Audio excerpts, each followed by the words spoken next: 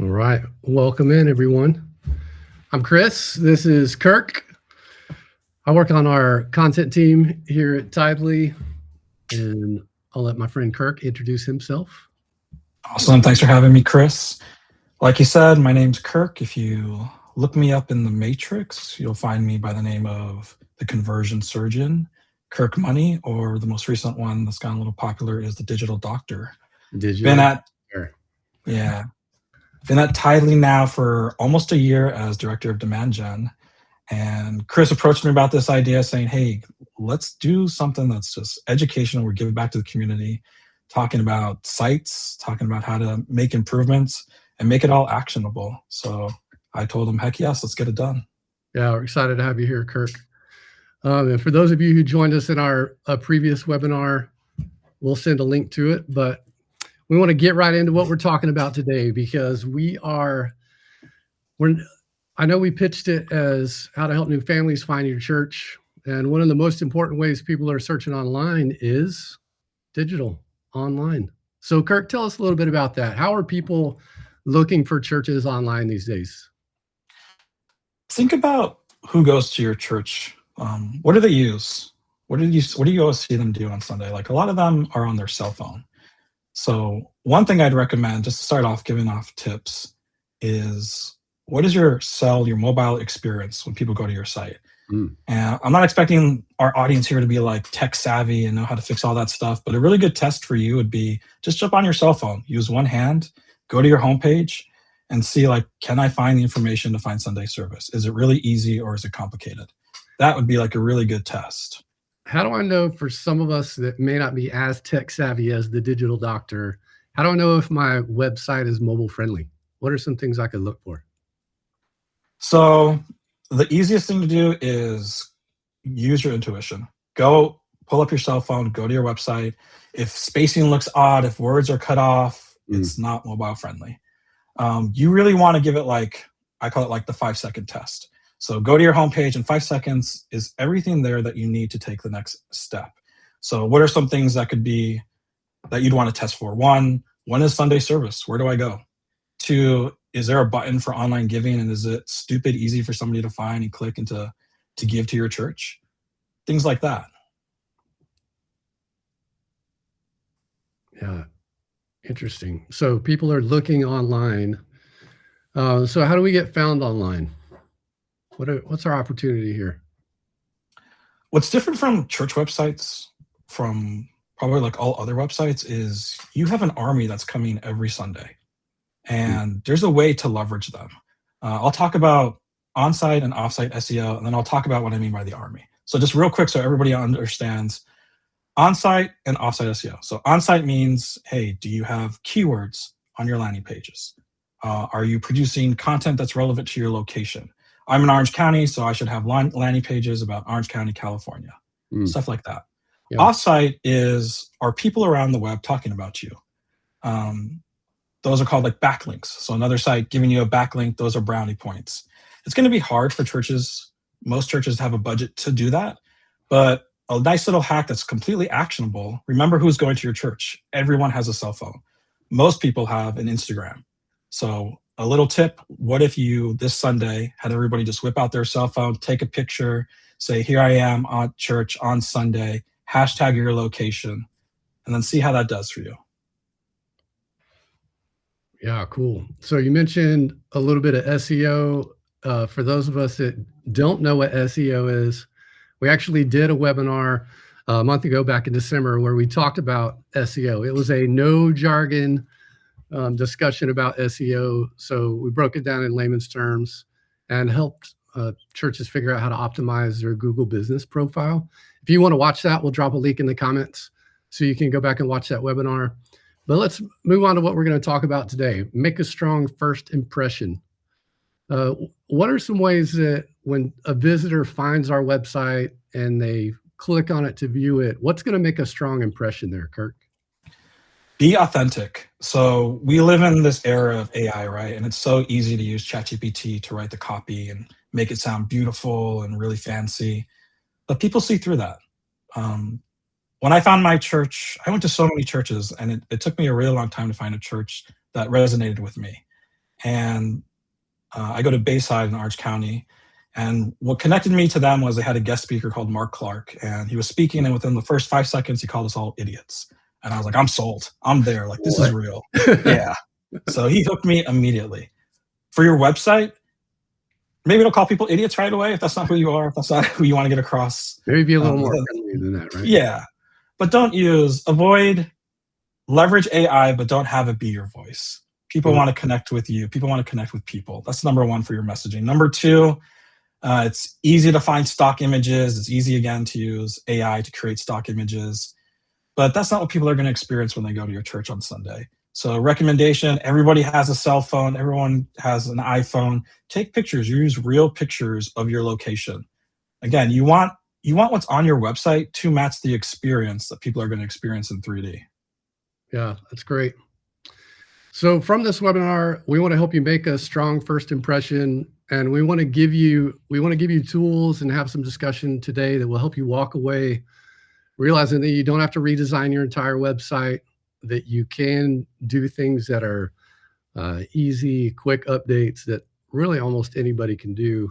And then we want to send you away with a free guide that we'll email it to you after. We can also put a link in the chat to it.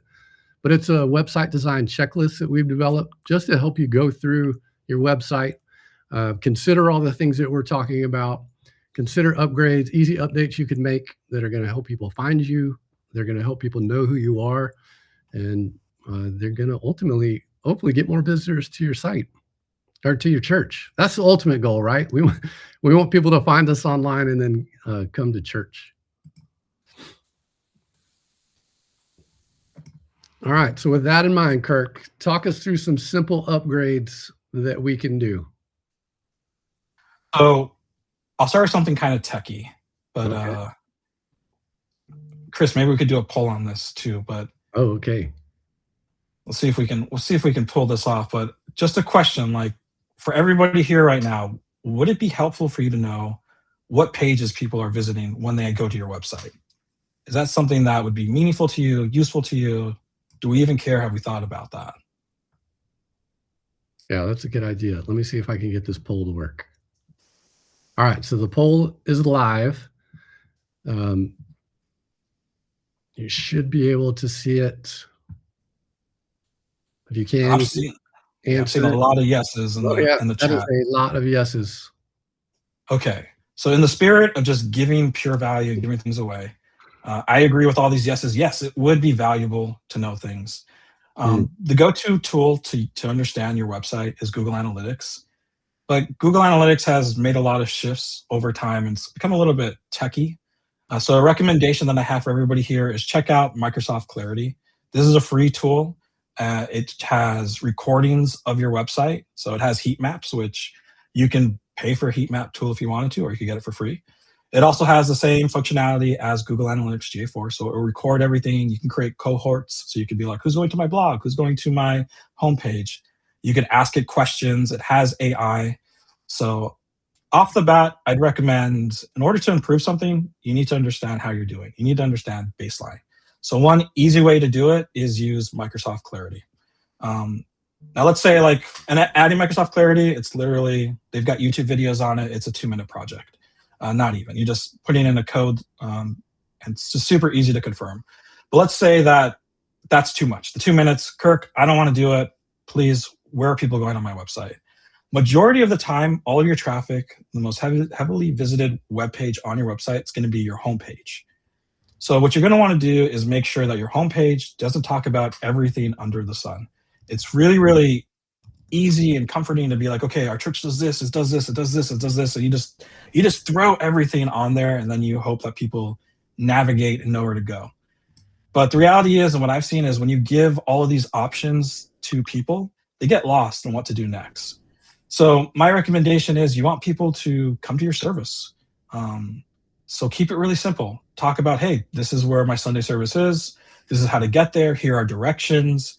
If you want to be part of a small group, click over here. But just have your call to actions, your buttons, just be really simple. Don't overdo it on the landing page. And the last tip I'll give too is, remember, people here are trying to connect with people. So if you could get a video of your pastor just talking about the experience that they'll have on Sunday and welcoming folks. I think that would be great.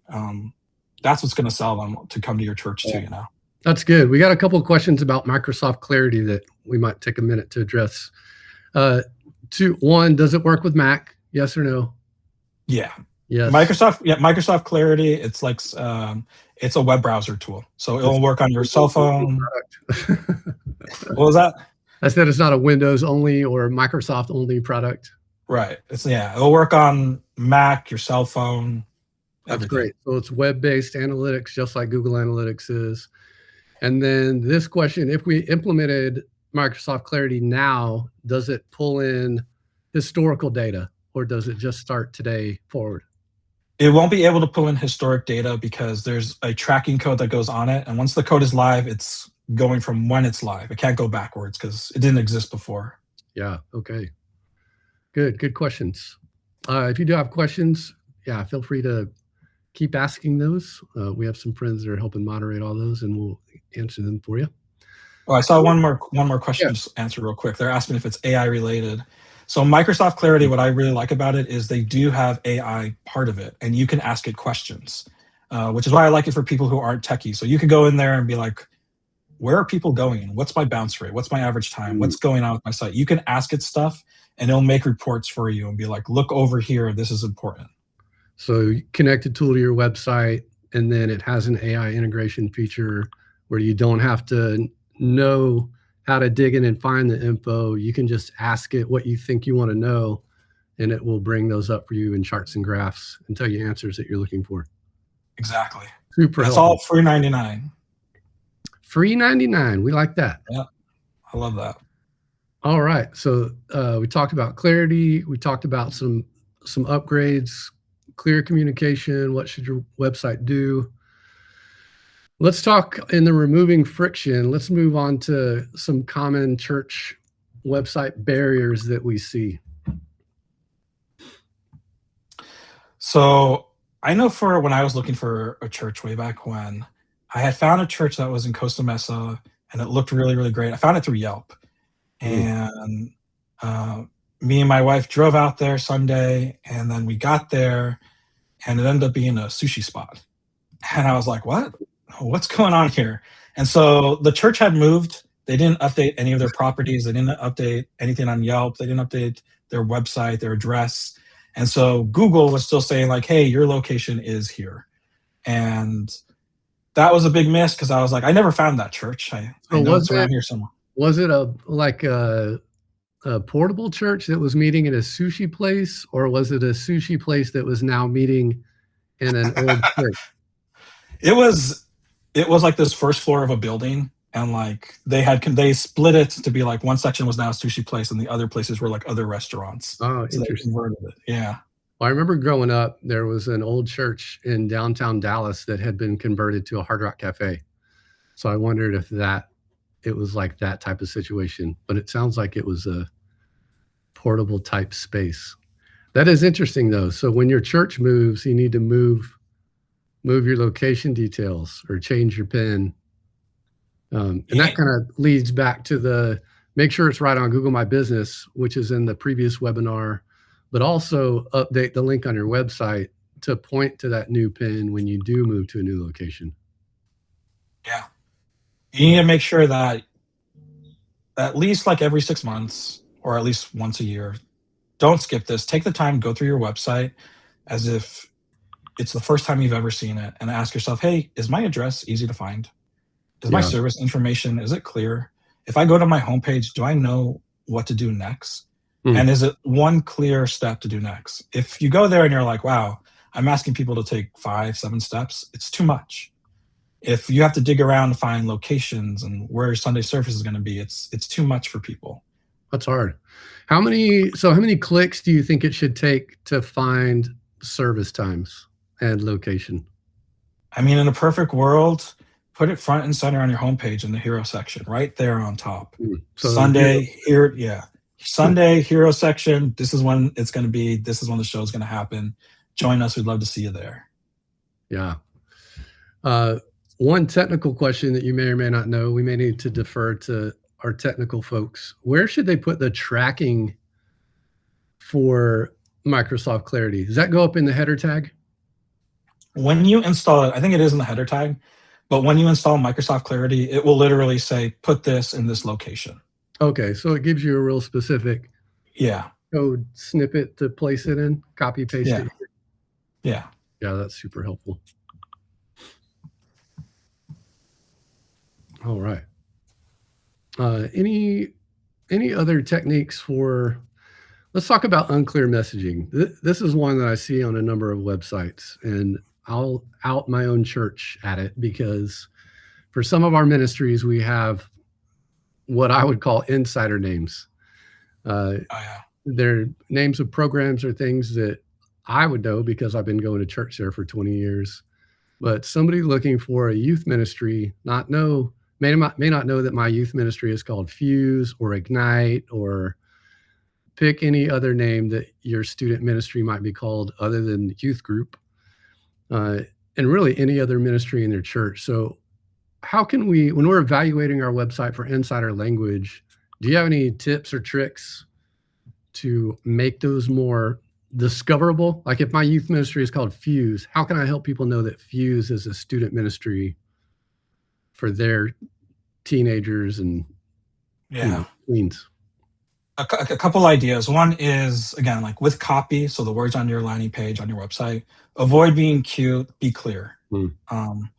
Something else to think about, so Fuse Ministry, or Fuse, what you'd want to do is set up landing pages around it. So you could do, like, let's pretend my church has Fuse in Orange County. So I would have a blog about that, or I'd have a landing page. And what I'm doing is I'm adding the location to the offering or the service or the solution or the product. That will be key so that when people are like searching for things that are related to your church, you're also pulling in the geolocation. Okay. So I'm going to use keywords related to youth ministry and students on those pages and not just Fuse. And then I'm going to also put them in the right location so people know where they are. Yes. And assume that nobody knows anything about your church at all. Nobody knows anything about the shorthand stuff. Nobody knows anything about abbreviations. You can still add it on your landing pages and your blogs and whatnot. But again, don't go for being cute. Go for being clear. Oh, that's good. I'm going to put you on the spot. What's an abbreviation that you've seen people use that is very insider church language? If you can't think of one, Kirk, post one in the chat. Some of you folks from other churches. What are some names of groups that only your church people would know? This will be a good exercise. There was a while that our church was talking about Join Onward program. Onward, yeah. I don't think they do it anymore, and it might be because it wasn't clear. But the idea was like, you just discovered Jesus. You just went to this church. We want you to go onward, continue onward with your journey. Okay. I don't think they call it that anymore. I think now it's, I think they call it now like a rooted. Rooted. Yeah. But still, it's a discipleship class? Yeah. Okay. So maybe to be clear, like you could call it rooted. You could still have a rooted branding around it, but you would want to make clear in the language on the page that it's about discipleship and not gardening. Right. Right. Yeah, 100%. When we talk about insider language too, and you said rooted, it reminded me that like a Google robot that's trying to figure out who your church is and what they're about, they don't really understand the context of rooted as discipleship. They understand it as rooted as plants.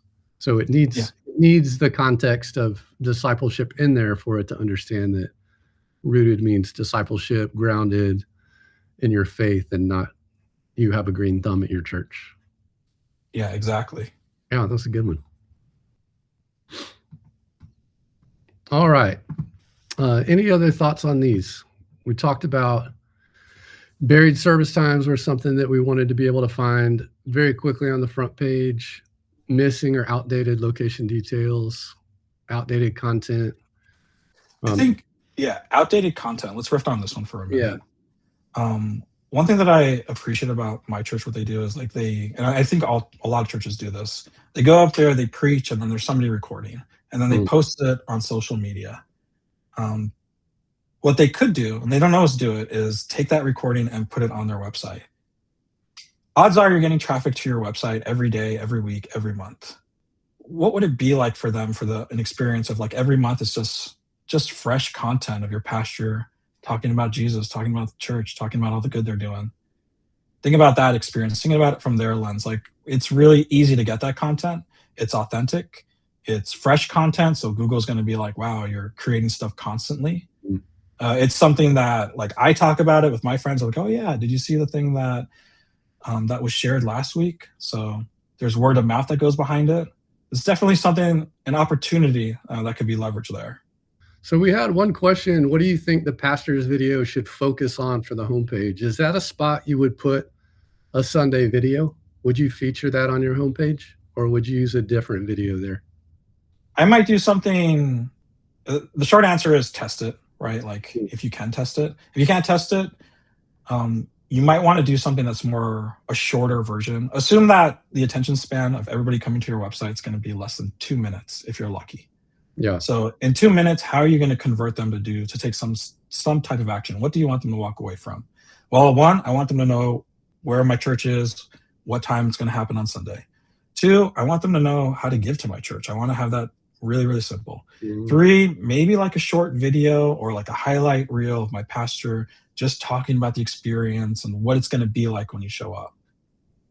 So the video, we see a lot of websites these days that have videos with no audio on them, and it would kind of be a background video where you're seeing the pastor, you're seeing the people, you're seeing the parking lot, you're kind of getting a vibe and a feel for what the experience is like. Do you think it needs to be, or just to ask you, A or B, and you would say test it, I know, but do you have a preference? If you're going to a website for a church that you've never been to before, is it more beneficial to hear from the pastor directly or to see what the church experience is going to be like? I think 1,000% if you could hear from them and then like put in that B-roll of showing what's happening. But 1,000%, like I know exactly what you're talking about, where in the background, in the hero image, you see all these cool shots of the church. Yeah. For me, like I don't connect with the building, I connect with the person. So I want to hear from the pastor. I want to be like, oh, what's we don't connect with the building, we connect with the person. Exactly. Yeah. That's good. All right. Let's go on to our next topic. Oh, I see another question here in the chat that I think is kind of good. All right. So we link all of our live content to our YouTube page. Mm. Is this a good practice? So for those who don't know, Google owns YouTube. And right now, there's a lot of different search engines. Google's a search engine, Bing's a search engine. Right now, the beast is still Google. That one is still huge in the matrix. So taking your content and putting it on YouTube and having it linked back and forth is good practice. A recommendation to make the experience better and easier for Google is remember that YouTube is a search engine in itself. So when you upload your video, treat it like a landing page. Take the extra time to give it content in the description. When you upload videos, there's like 10 different fields, like where did you film this? What's this about? What are the tags? Go through the time and actually answer those questions. It makes all the difference. And then the last tip I'll give is in your YouTube title, again, if you can naturally add location, add the location. So for example, Sunday service, Orange County, Orange County, California. So try to find ways to put it in there. You don't want to go crazy and be like, I'm going to put Orange County 50 times on this landing page. That's not going to work. But where it feels natural, go ahead and do it. Well, and in YouTube, you mentioned you can tag the location to where it was recorded and even the location of the church down in the advanced settings on there. So yeah, as much information as you can give the Google machine on where you are and what you're doing, the better. And I kind of riffed on this a little bit more. So just more actionable stuff for folks. As of, I think it's like 2 months ago, maybe, Instagram is now being indexed by Google. So I had mentioned before, you have an army of people coming to your church every Sunday. Odds are a lot of them have an Instagram account. Again, imagine if they whipped out their cell phone, they took a picture, they talked about church, they hashtagged it. What would that do for your site? Don't expect things to pop like overnight unless someone has like thousands and thousands of followers on Instagram. Mm. But over time, it's going to be a slow effect and add up. So encouraging your people in your church or your attenders to tag your church on Instagram, talk about what's going on, interact with content that you're posting, all of those signals. Yeah. Yeah. Yeah, that's good. Another question to kind of steer us around here, since we're talking about Google. This is more technical. And the question is, what if Google keeps giving the wrong address? There are 2 churches in the state with the same name, but they're in a different city. Tried to contact Google and change wording. Help! What can we do? And just to nod back to the other webinar we did, we covered stuff like this specifically. But one tactic is you need to go and click the pin, add the pin to your location, tell Google that's who you are.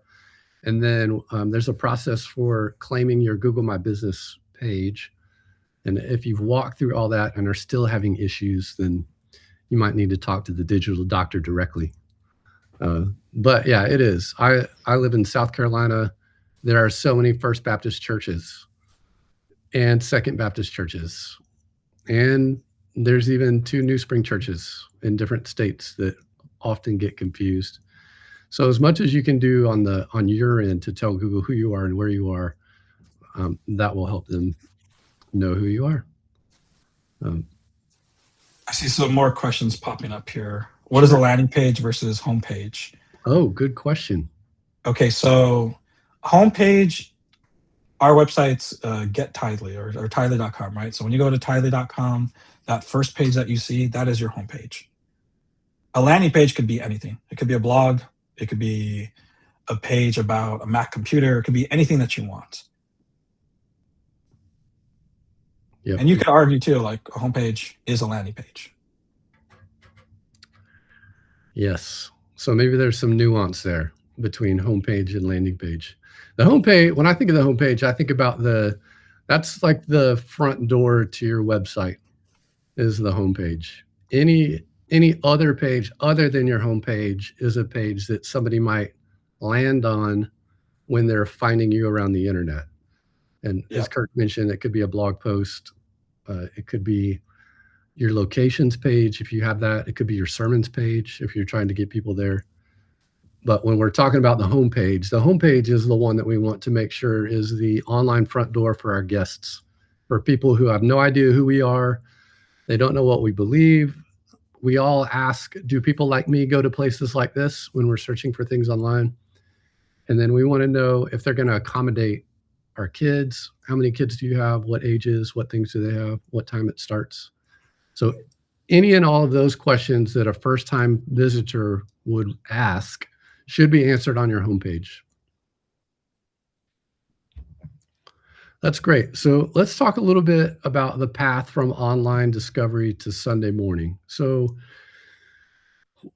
we mentioned it before, but just give us a general idea. You just moved to a new location. You've got your house unpacked, or mostly you don't have all your pictures on the wall, but you've got your cell service and your internet. What's your next step? What are you doing to find a church? I'm jumping on Instagram. I'm putting in hashtag Sunday service. Oh, that's where I'm going. Yeah. I know my wife, when we were looking for churches, she looked on Yelp, and that's how we had that fun experience. Oh, Yelp. Did she find churches that serve food? Yeah. That's what I think about Yelp. I always equate with restaurants and stuff. I don't usually think about any other organizations. I know. That's a good point. But they gave us donuts and coffee, so it counts. Oh, did they rate their donuts and coffee on Yelp? No. Well, so when she looked on Yelp, was she specifically looking for a rating or what other people said about it or location? I mean, reviews are huge. Yeah, testimonials are huge. If there's a way, I guess this could be a really helpful tip. If on Sunday after service, you can get someone to record what people thought of the experience and then put that on the website and you have a testimonial landing page, that's huge. Testimonials, like I can tell you, hey, I'm the greatest in the world, I'm the best, I'm blah blah blah. But it only means so much. If I get 10 other people to say it, then all of a sudden it's like, wait, maybe Kirk has a point. Maybe he is good at XYZ. Yeah. So definitely recommend, like, if you can get testimonials. And a testimonial doesn't need to be like, wow, this service was the best and this pastor just killed it. It could just be like, what did you experience? Like, ask them questions. Ask them, like, was this your first time here? How did it go? What'd you like about it? What would you change? What would you Yeah. do differently? What would you want to see? What would you want to see next? We are, my family and I travel quite a bit. So, one of our questions that we know to ask if we're in a nation that does not speak English is there an interpreter there? Mm, So, maybe if you're in a spot where English is a second language or you're looking for a Spanish speaking community of believers, if you have that, it should be on your website, because if you don't have it on your website and people don't know, then Spanish speakers in your area are not going to come to your church. That's good. So we want to have as much information on there. Kirk goes to Instagram. His wife looks at Yelp to find a church. I generally do the easy ask Siri, hey, church near me, restaurant near yeah. me, any of that, and then see what comes up. And then I guess my next filter is to visit their website. So I find their Google My Business page. I kind of sort through to see which one is closest and has the best ratings. And then I do read the ratings. And you mentioned, ratings should be authentic. You really shouldn't script people to send them to your page to give you 5-star ratings and say generic things like this place is awesome. But Yeah, it people really, see through that. Like, if you have like 1,000 reviews and all of them are 5 out of 5 stars, like, there has to be one time where it was like, oh, this wasn't so fun, guys. yeah, I like to learn about a church's theology and their teaching style. So, am I going to learn from a pastor on a pulpit? Is he preaching from a Bible? Is he going to go line by line and exegete the text? Or am I going to get like 3 points in some scripture? Or for some of our more charismatic friends, maybe we're going to worship for 2 hours and then we're going to have some service and then we're going to worship some more. And then we're going to have a word from the Lord and maybe some healing. Any of that you can help people understand what they're signing up for is really what needs to happen on your website. It's all super helpful. And it builds confidence for first-time guests. If you think about when you go to somewhere for the first time, you have no context. If you just show up and have no context for what's about to happen, I always think about my uncle when he was younger. He got invited to a concert. He didn't really know what concert he was going to, but when he got there, maybe it was Motley Crue or something, but he was in a suit and tie. And so the first thing that he did, if you knew my uncle, you would know this was right up his lane character-wise. He just ripped the sleeves off his jacket because he didn't want to ruin his shirt. He didn't want to not fit in. So he just went with the sleeveless jacket. And he took his tie off, of course, probably tied it around his head. Nice. But he didn't know what to expect. So having a good website will help build confidence for people, that will even help them know where to park, what the format's going to be like, how long they could expect to stay, if they need to bring snacks or eat lunch or breakfast before they come or after. Talk Kind of, about, and kind of on that too, just to riff a little yeah, bit. Just thinking about when me and my wife were looking for churches, that feeling of like, oh, we're gonna go to a new place. Oh, we're gonna meet all these new people. Oh, what if I say the wrong thing? What if I'm not wearing the right thing? What if I come at the wrong time? What if it's just like awkward, like go in the wrong door? So if there's a way to get across on your website, on your homepage, like, this is the experience, this is what you can expect. Remove any like nervousness and fear and any possible objections that they might have. Definitely do it. Definitely introduce it, show it off, tease it. yeah, that's good. Good word there. Let's see. Any other general thoughts about moving from online to Sunday? It's been good, Kirk. Remember that things don't happen overnight. The way that the matrix works, Google works, is, yes, you have your website and it's awesome. It's great that you're doing that. but there are a billion websites out there and a billion being released every day. Hmm. So this idea of like, I'm going to create this landing page and tomorrow I'm going to blow up and 1,000 people are going to come to my church, that doesn't usually happen for a lot of anybody on the internet. You got to think of it like going to the gym. Okay, you can't just work out one time and think like, okay, I'm set, I got a six pack. No, you got to keep doing it consistently. And so, what are things you can do? The easiest thing is you're creating content every week. Your pastor's up there, they're preaching. That's probably the easiest thing to grab. Get recordings of it, put it on your blog, put it on YouTube. Reach out to the people who are going to your service, record them, ask them questions, use that as testimonials, have fresh content consistently.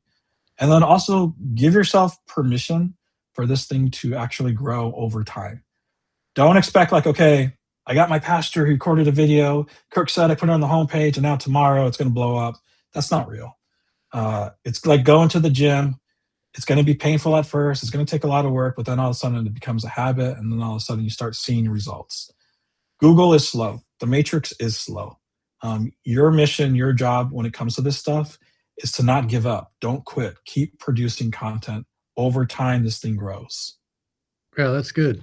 So our online front door, we get our website dialed in and then contribute content to other spaces like Instagram, Facebook, get it out there, and eventually people will come there.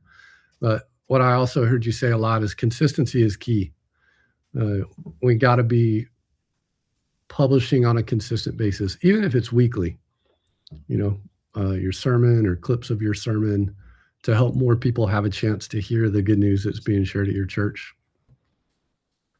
Well, that's great. Well, as we're coming into our closing time, I'd love to do some more questions with you guys and let you know what's going to be coming your way before we get into the questions. We're going to be, after this webinar, we will send you a link to watch this webinar.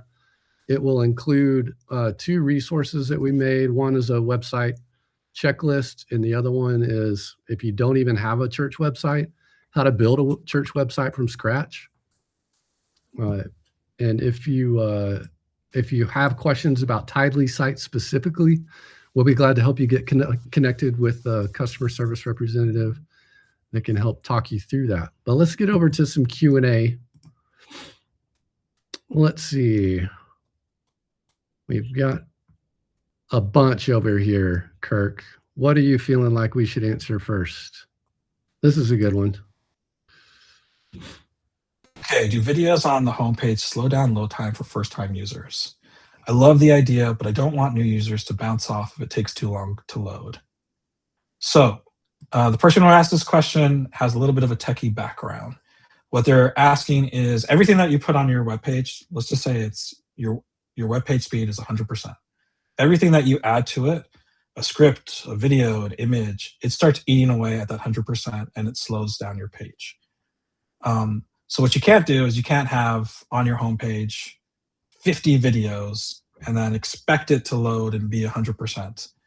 There's a lot of factors that go into it. So for instance, if where are you hosting your website? What's your server? Are you using WordPress? Are you using Wix? Are you using Webflow? Are you using Tithely sites? Like the back end really matters. The front end matters too. So that experience of like, am I doing 1 video or 50 videos? My recommendation is I probably would keep the homepage to 3 videos tops. And you should be okay with that. Will it slow down your site for first-time users? It depends on where you've built your website. If you're doing something where you're paying for like a GoDaddy website service, or I guess this is a test. If you're paying for your website and it's GoDaddy, it's like $5 a month, it might not be able to handle that speed. Things that you could do to optimize it. Some of these sites, you can ask their reps if they have any tools that can help speed up videos for you. A cheat you could do is, instead of having the video play automatically, you could just have a thumbnail of a picture and like a play button, and then people click it and then it goes to YouTube. So that might be like a workaround for this. Yeah, so it doesn't load. That's good, because slow page load time causes people to leave. Yep. All right, good. I got another good question here from Harold. This one, how do you make your website member friendly? a location where currently active participants can find out current information for the next week's month, and then a follow-up, other in-depth information about the church. So we kind of touched about this one a little bit in the beginning, but testimonials, I think, or when they say member friendly, what do they mean? Like, I would think member friendly would be like insider information. Like if I'm a first time visitor at the church, I don't need to know when the women's knitting class is or when the roots class is or the roots opportunity. I really just want to know when can I come to church on a Sunday. So if I'm involved and there's more insider information, that's what I would think. I tend to think more like a calendar is what would be helpful there. that'd be good. Yeah. But it would be a couple of clicks in for me, and it might be on a tab that would be for members, just so you can separate. But the homepage really should be outsider focused.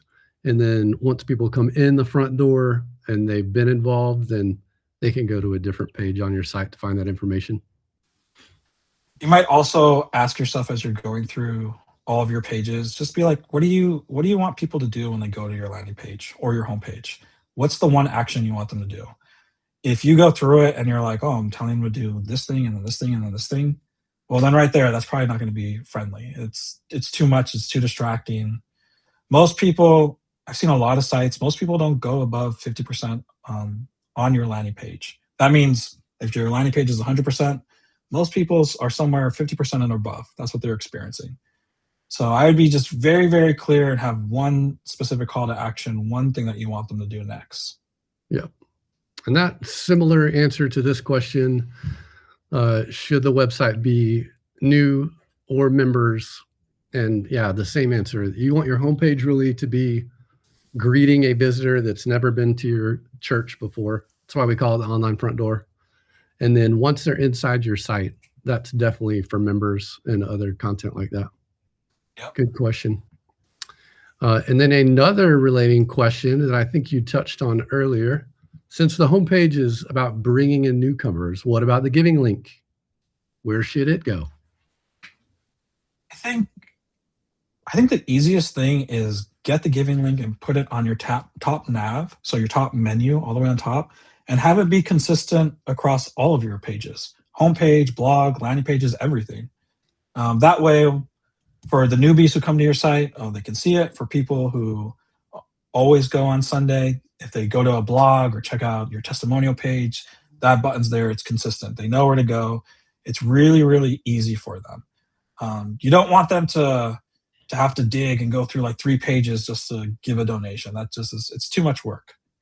Yeah, true. I would agree. And while we're on the topic of top nav, this isn't a question that's in the chat, but how much should we be thinking about designing for mobile versus desktop? All right, this is a really, really hard question because right now what's happening across the matrix is most people are checking out websites through their cell phone. Majority of traffic, it used to be like desktop traffic was like 80-90% of everything you got. Now it's really like 50-50, in some cases 60-40, where mobile is getting more traffic. So I definitely recommend be conscious of your mobile experience. Give it a test. Grab your cell phone. You don't need to be a developer to understand if your site is mobile friendly. Just grab your cell phone, use one hand, and just go through it and be like, in 5-10 seconds, can I find what I need, or is it too complicated? Do things look broken? Do things look odd? You do need to start considering it. Being mobile friendly first is really huge. Here, I'm going to show, this is the church that I go to, and it's a good example of a site that's got a video that loads quickly, but it is primarily designed to be mobile friendly because 75 to 80% of the traffic is mobile. And you'll notice in the absence of a top nav, but it's got this, what's called a hamburger menu. And then you can find everything you want in here. But just a solution. Yep. No right or wrong there, just a different way to approach it. Here's an interesting technical question. We got time for a couple more. What do you think about that one? For several months, our Google Analytics show that we have 200 active users in the US, but 1,100 in China. Is this unusual? No, it's not unusual. And the reason why is, again, even though we have a website and we think, like, okay, we're only going to attract the people that we want, the reality is if I release a landing page right now on Tithely and I talk about Macs, then I'm telling Google, like, okay, Mac is relevant to me. Start getting me traffic for Macs. For us, the church, it's global. So odds are there are folks in China who are interested in something that you've created. So I would say it's not unusual. It is frustrating when you're looking at these stats and you're like, okay, I've got, I guess, 1,300 visitors, but only 200 of them are in the US. And of the 200, maybe only 25 are in my geolocation who can actually come to my church. So that does be... Yeah, I mean, I would do some research to try and find out who they are, because it could be, parts of China are not receptive to the gospel at all, or even gathering together to worship. So maybe there's a pocket of believers that are watching your live stream, and there could be some way to connect with them. That is pretty. I was gonna say, you could also use Microsoft Clarity, and Microsoft Clarity will tell you the geolocation of your traffic. And so let's say you're in there and you say, like, okay, I've got the 1,000 people from China, but they're only on my website for 5 seconds, 10 seconds, 2 seconds. They might be bot traffic. And Microsoft Clarity will actually show you, when you've added everything, how much bot traffic you're getting per day, per week, per month. So it could be that too. That's a good insight. Here's the easy one. Somebody asked if Tithely is both desktop and mobile friendly. That is correct. It is. This is a good question because not all website builders are desktop and mobile friendly.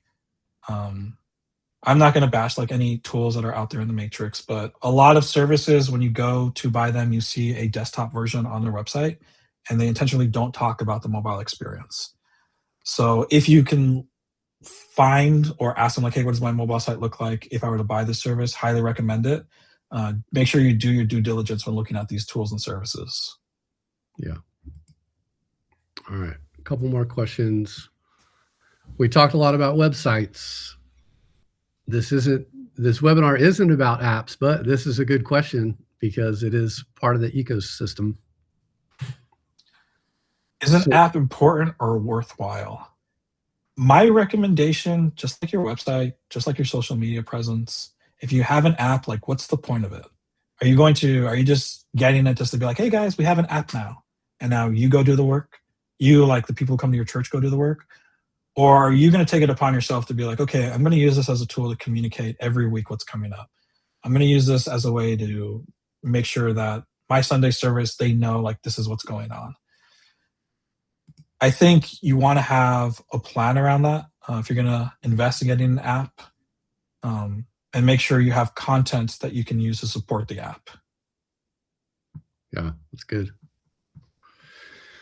Well, Kirk, we're running up on time here. Any closing thoughts for our people? Let's see. We talked about on-site and off-site. We talked about going to the gym for SEO. We talked about relating with people. I guess one thing I would add, and I've already talked about it a little bit, is I've never worked on a website where I've been like, this is it, it's done. I've never done it. It's never happened. I've always released pages, worked on sites, been lucky to work on a lot of different projects where I'm like, oh, this is good, but there's more work to be done. Embrace that, lean into it, because that's where the fun happens. That's where you discover new things. I'm curious what's going to happen with this person who asked about the 1,000 people from China. What are they going to discover? What gems are going to be uncovered there? Yeah. And you might find, like, oh wow, maybe I should make a service that's talking to them. Or you might find that you need to talk to where you're hosting your website and find a way to block that traffic. So always be a student of your website. Be obsessed with it, play with it, mess with it, test. That's good. Well, thanks, Kirk. And thank you all for joining us today on this Tithely webinar. Our goal really in this series of webinars is to help you guys, help churches build a clear, connected pathway from discovery through engagement, discipleship, and on, because we are here to serve you by making tools that simplify the work that you do. Thank you for being here, and we hope you'll join us again. Thanks, everybody.